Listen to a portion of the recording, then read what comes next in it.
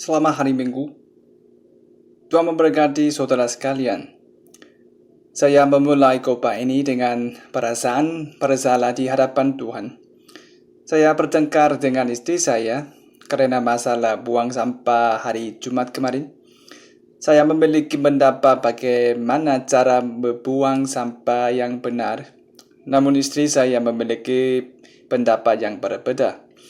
Masalah kecil seperti ini membuat kita saling melukai perasaan satu sama lain. Di hadapan Tuhan, hal ini adalah dosa yang nyata. Saya dan istri saya bukannya mencuri barang atau menghina orang lain. Kami bertengkar karena hal yang masing-masing kami anggap benar. Meskipun kami saling mengejar apa yang kami anggap benar, pada akhirnya kami bertengkar. Kami memperlakukan satu sama lain dengan cara yang tidak disukai Allah. Pada bacaan kita hari ini, dikatakan bahwa Yesus diserahkan karena pelanggaran kita. Walaupun kita tidak melakukan kesalahan yang membuat kita masuk penjara, namun perbuatan kita ini jauh di bawah standar Allah. Bahkan kita melakukan dosa karena hal yang kita anggap benar. Yesus menyerahkan dirinya bagi kita yang mudah jatuh dalam dosa.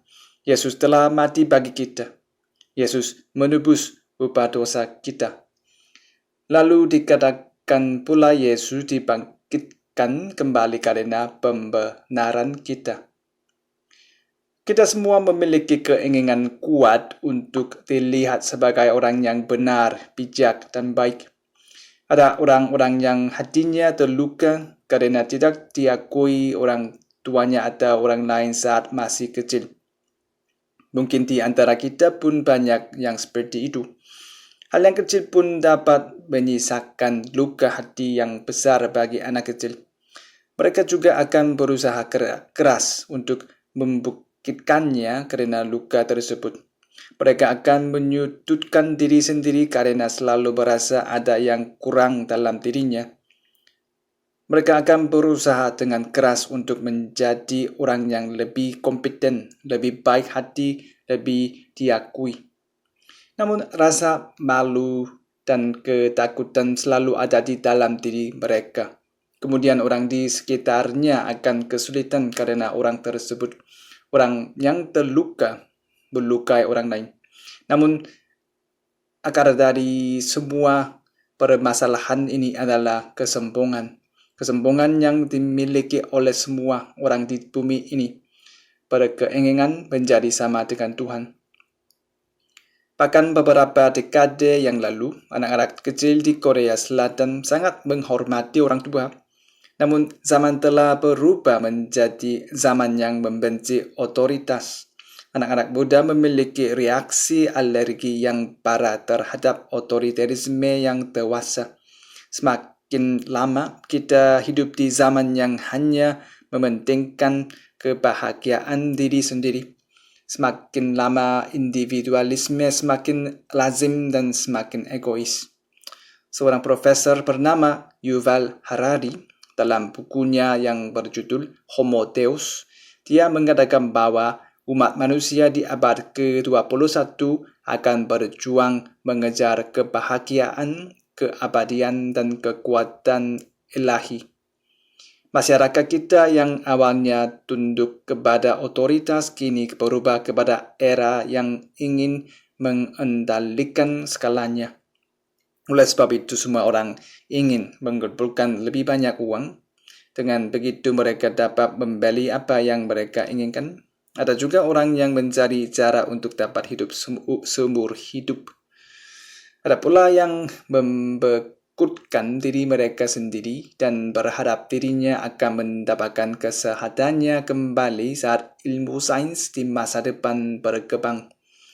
Walaupun fenomenanya berbeda-beda, namun akarnya sama, yaitu ingin menjadi tuan di dalam hidupnya masing-masing.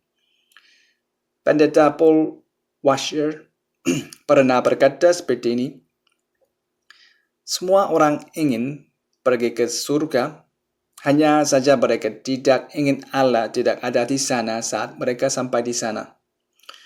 Akhir-akhir ini orang-orang berkata seperti ini, saya tidak suka Tuhan berkata ini dan itu kepada saya. Namun tidak ada seorang pun yang dapat menjaga kita. Siapapun tidak bisa mengakui bahwa kita benar. Sebab mereka sibuk untuk menjaga diri mereka sendiri dan berusaha untuk membuktikan dirinya. Walaupun ada orang yang mengakui kita, hal ini hanyalah sesaat saja. Pada akhirnya, pengakuan dan pujian dari manusia tidak ada gunanya. Oleh sebab itu, Yesus bangkit kembali. Yesus ingin membenarkan kita. Yesus ingin mengakui saudara. Inilah arti dari kebangkitan Yesus. Yesus memberikan hidup kekal yang tidak dapat diberikan oleh siapapun. Yesus mengakui kita yang selalu dikejar-kejar oleh aib dan ketakutan. Menurut C.S. Lewis, ada dua tipe manusia.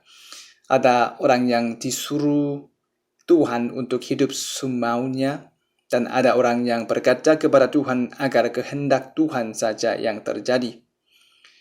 Allah tidak memaksa orang untuk pergi ke surga.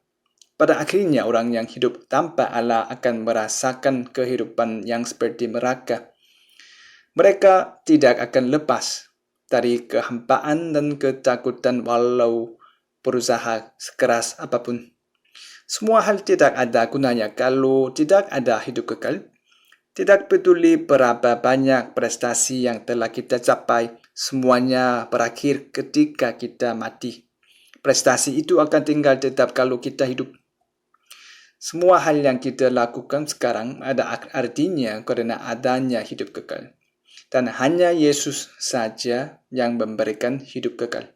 Yesus Kristus yang telah bangkit dari maut mampu memberikan hidup kekal kepada saudara sekalian. Hanya Yesus saja yang membuat kita hidup. Semoga Yesus yang telah mati menanggung dosa kita dan bangkit kembali ini masuk ke dalam hidup saudara sekalian. Amin. Mari berdoa.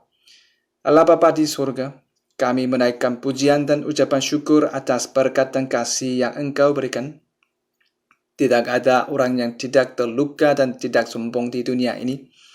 Kasihanilah kami sehingga kami mendapatkan hidup baru dari-Mu dan bisa menjalani hidup dari hari ini. Tolonglah kami agar dapat selalu hidup di dalam Tuhan yang mengasihi dan mengakui kami. Kami berdoa di dalam nama Tuhan Yesus Kristus. Amin.